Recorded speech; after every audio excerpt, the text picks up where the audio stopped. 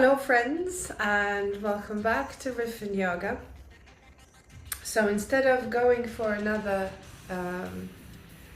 practice that I would like to share with you, I've decided to talk a little bit about Kundalini Yoga, what it is, what's unique about it, and how it's helped me, like why I chose it, essentially.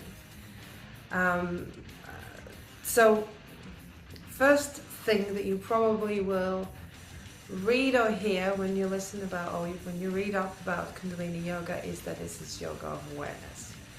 Or sometimes you can see also yoga of consciousness.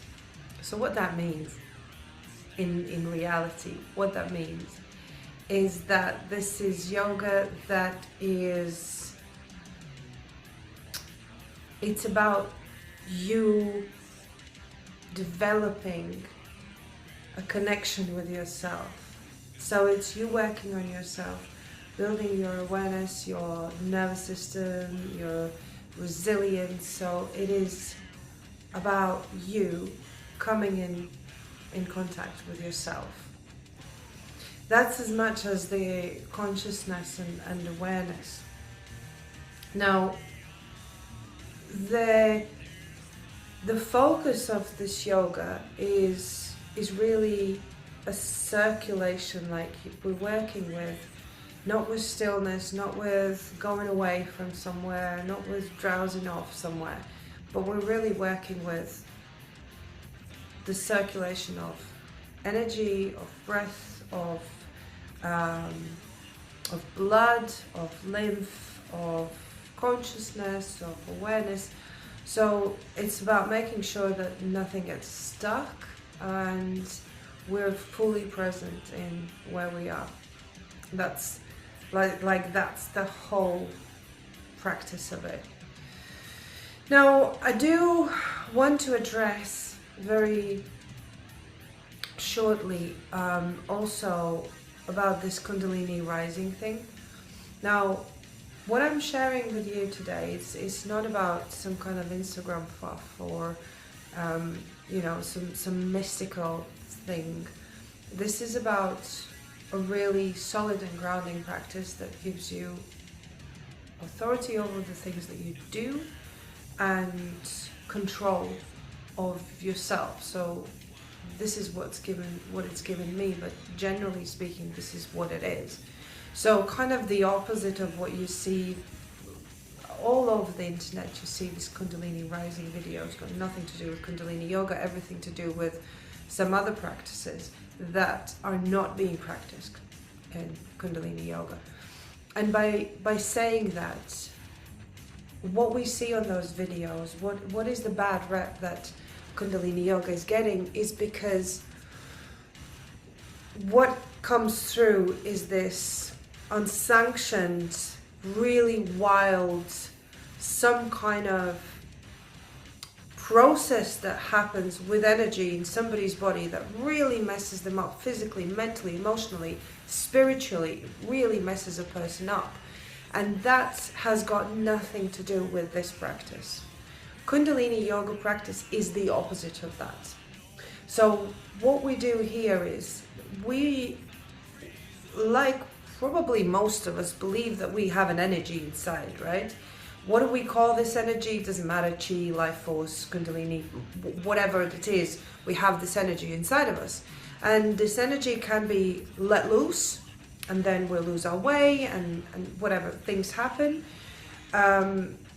Or we can hone this energy, we can train it, and we can channel it in a way where we can enjoy life.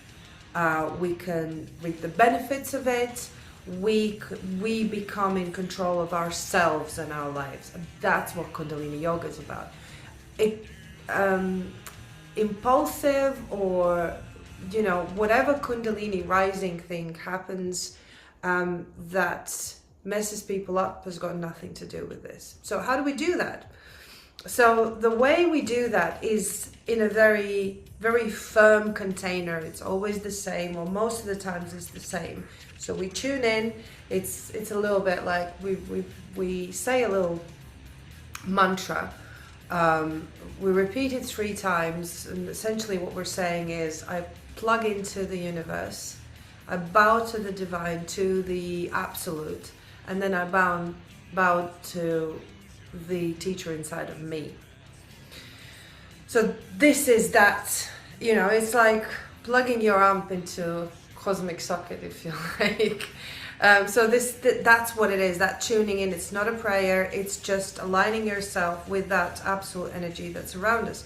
And then we do the practice, which we call kriya, and that's like, it's like a prescription, like a recipe for something, for some kind of cleansing, for balancing something, for working on some kind of a particular thing.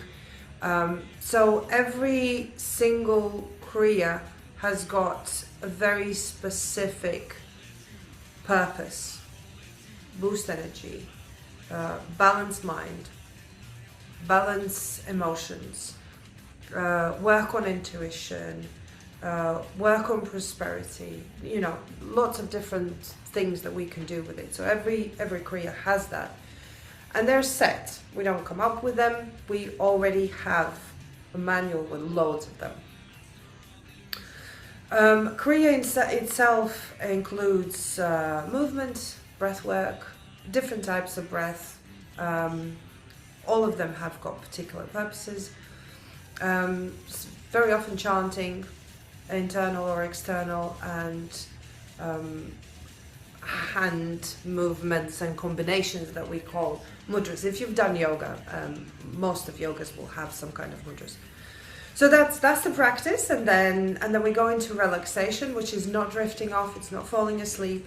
This is where the body where we're allowing time for body to integrate what we've just done. Now, all of that comes to the pinnacle, to the main part of the yoga session, which is meditation. Very rarely, sometimes it happens, but very rarely we would have a completely still meditation where we just breathe. That also sometimes happens, but there's also something behind it. Now, meditations usually include internal chanting, external chanting, some kind of movement, holding some kind of a posture, and again, it has a purpose. So that's the highlight of the whole practice. And then after this is done, it can be done anywhere between 3 and 30 minutes, usually somewhere in between 3 and 11 minutes. And after we've done that, we close the practice down with another chant, reminding ourselves that truth is our identity. We are the truth. We have to be in the truth. So now, that's all it is. Being in the truth. So that's the practice itself. This kind of practice, once we've done it, we get up and we go out and we carry on living our lives. So Kundalini Yoga, also sometimes you will hear people saying that it's householders yoga. What it means is essentially that it's a yoga for life, like yours and mine, you know.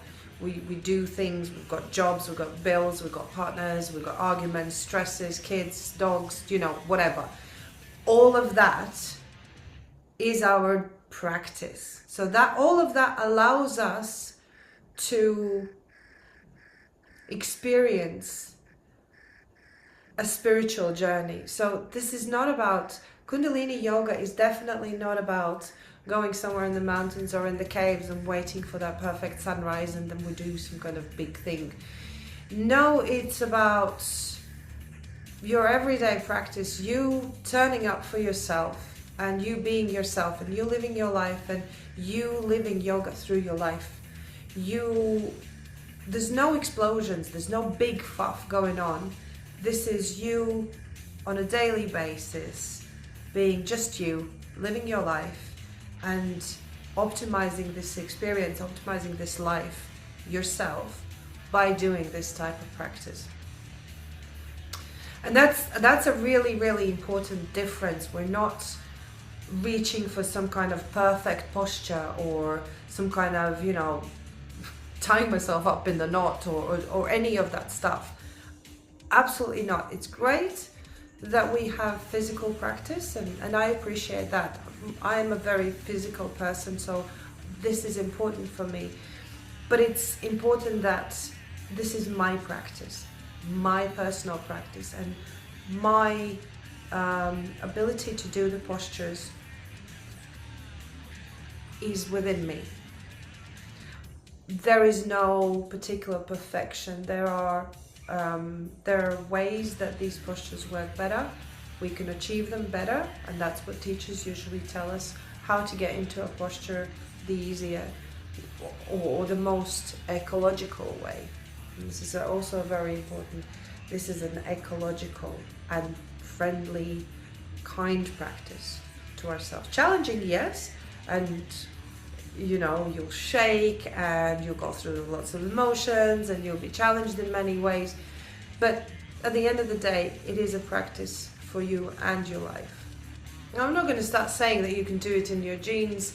It's probably going to be quite restrictive to do any kind of breath work or any of these postures in jeans. But it can be part of your day. It can be as quick as 10-15 minutes, and as long as 2 hours if you want to make it. So it really is about you. And that's what attracted me to Kundalini Yoga. It's not because I was looking for a particular spirituality. I was broken. I was breaking down. I had a crippling depression where it was eating up any will to live. I've had, I had multiple addictions. I really struggled to live in my body, with my interests in the way that I was. And Kundalini Yoga didn't come and save me or fix me. What happened instead, and this is why I liked it, is it met me where I was. So there was no requirement for me to be quiet or still. There was no requirement for me to be perfect in any kind of postures or anything like that. In fact, I tried those things and it just made things worse. Any stillness or any silence made my mind spin, like completely out of control. When I was doing postures in other types of yoga, I was hurting myself because I was pushing it too far. That's how uncomfortable I was in my body. And then that changed when I started practicing Kundalini Yoga. It was slow, it was mine. I was in charge. It gave me that autonomy, that authority, that this is my practice. And it was kind, and it was soft. And then when I needed to, I could make it a little bit more oomph. But it was still my practice. It was still allowing me to meet me. And instead of being in that constant feeling of being at war with yourself, I started meeting myself. I created a relationship with myself. It helps me to live with myself. The way I am, exactly the way I am. The way I think, the way I feel, the way I love, the way I see things. It is me, and I'm able to accept it. Sometimes I even enjoy it. And I think it's important to remember that where we are, who we are right now, here, today, is perfect.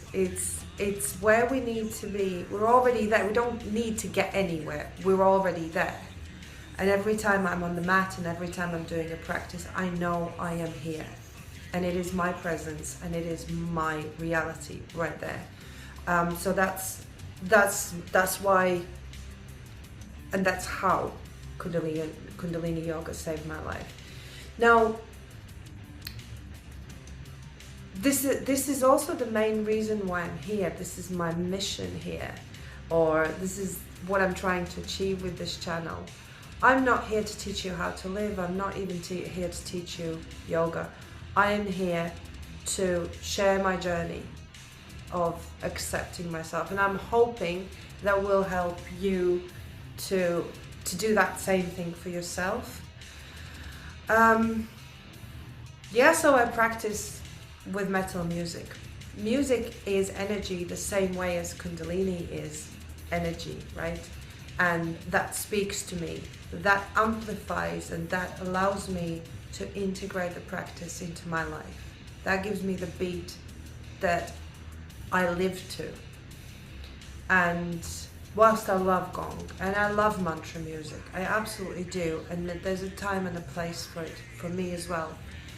But to do this daily with the music that moves my life, that has saved my life, that means so much to me, to my mental health, to my safety, that's the journey that I'm sharing with you. You can go to any teacher, to any Kundalini teacher. There's so many great teachers that do sort of the same thing as I do. They are focusing on mental health. They're teachers that are focusing on prosperity, on work, on all sorts of different things. I happen to focus on mental clarity, mental health, and mental safety, emotional safety as well. And the only way I realized I can do it fully is if I do this to metal music. And hopefully you will enjoy that journey.